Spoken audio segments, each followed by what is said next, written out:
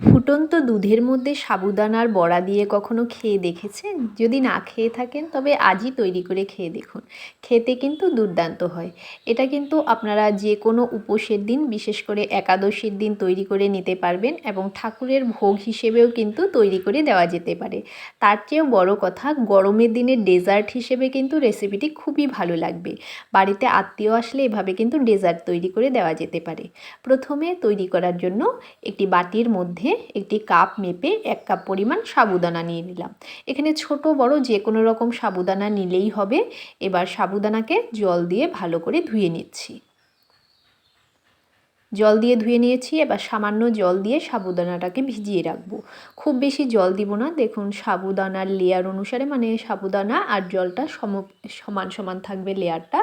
এভাবে এটাকে 30 মিনিট ভিজিয়ে রাখবো। 30 মিনিট ভিজে গেছে। দেখুন সাবুদানাটা বেশ ভালোভাবে ভিজে গেছে।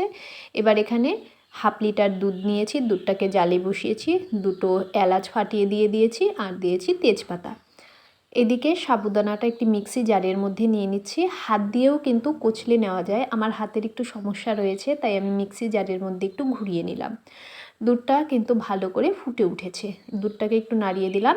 তারপর 1 মুঠো পরিমাণ কাজু দিয়ে দিলাম আর 1 মুঠো পরিমাণ কিশমিশ। এটা অপশনাল, আপনারা চাইলে নাও ব্যবহার করতে পারেন।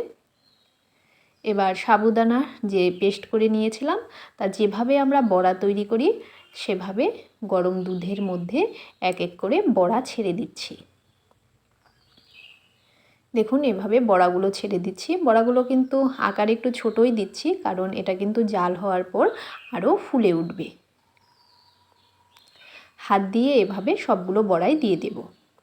5 মিনিট নাড়াবো না, 5 মিনিট এটাকে ফুটতে দেব। গ্যাসের ফ্লেমটাকে মিডিয়াম করে রাখবো। তারপর সেই কাপ মেপেই হাফ কাপের থেকে সামান্য কম চিনি দিয়ে দিলাম। মিষ্টিটা অবশ্যই আপনারা নিজেদের পছন্দ অনুসারে দেবেন। এই পরিমাণ মিষ্টিতেই কিন্তু খুব ভালো মিষ্টি হয়ে যাবে। তারপর এটাকে নাড়িয়ে দিচ্ছি। অল্প দুধ, গরম দুধ তুলে নিচ্ছি। এর মধ্যে 2 চামচ পরিমাণ গুঁড়ো দুধ দিয়ে ভালো করে মিশিয়ে নেব। 2 চামচ গুঁড়ো দুধ দিয়ে দিলাম। এবার বেশ ভালো করে মিশিয়ে নিচ্ছি। মিশিয়ে নেওয়ার পর এবার এটাকে সেই দুধের মধ্যে দিয়ে দেব। দিয়ে আবারও একটু নেড়েচেড়ে মিশিয়ে দেব।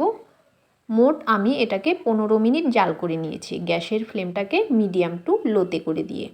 দেখুন সাবুদানার বলগুলো কিন্তু দুধের উপরে ভেসে উঠেছে। এটা কিন্তু একদম রেডি হয়ে গেছে। এটাকে এবার নামিয়ে ঠান্ডা করে নিতে হবে। নামিয়ে ঠান্ডা করে নিয়েছি। এটাকে কিন্তু ঠান্ডা করে আপনারা ফ্রিজের মধ্যে রেখেও পরিবেশন করতে পারেন। আমি আর ফ্রিজে রাখলাম না, এভাবেই পরিবেশন করে নেব।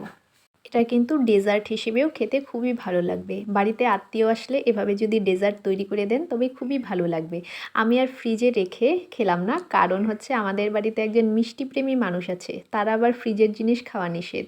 তাই আমি আর ফ্রিজে রাখলাম না, এভাবেই তৈরি করে দিয়েছি। আর এর অর্ধেকটা কিন্তু সে নিজেই খেয়ে নিয়েছে, আর বাকি অর্ধেকটা আমরা সকলে মিলে খেয়েছি। দেখুন কতটা নরম হয়, একদম খুবই কিন্তু নরম হয়, খেতে অসাধারণ লাগে। আর যদি রেসিপিটি ভালো লেগে থাকে তবে একটি লাইক করে দেবেন, কমেন্ট করে জানাবেন কেমন হলো, আর অবশ্যই এভাবে তৈরি করে খাবেন। ধন্যবাদ।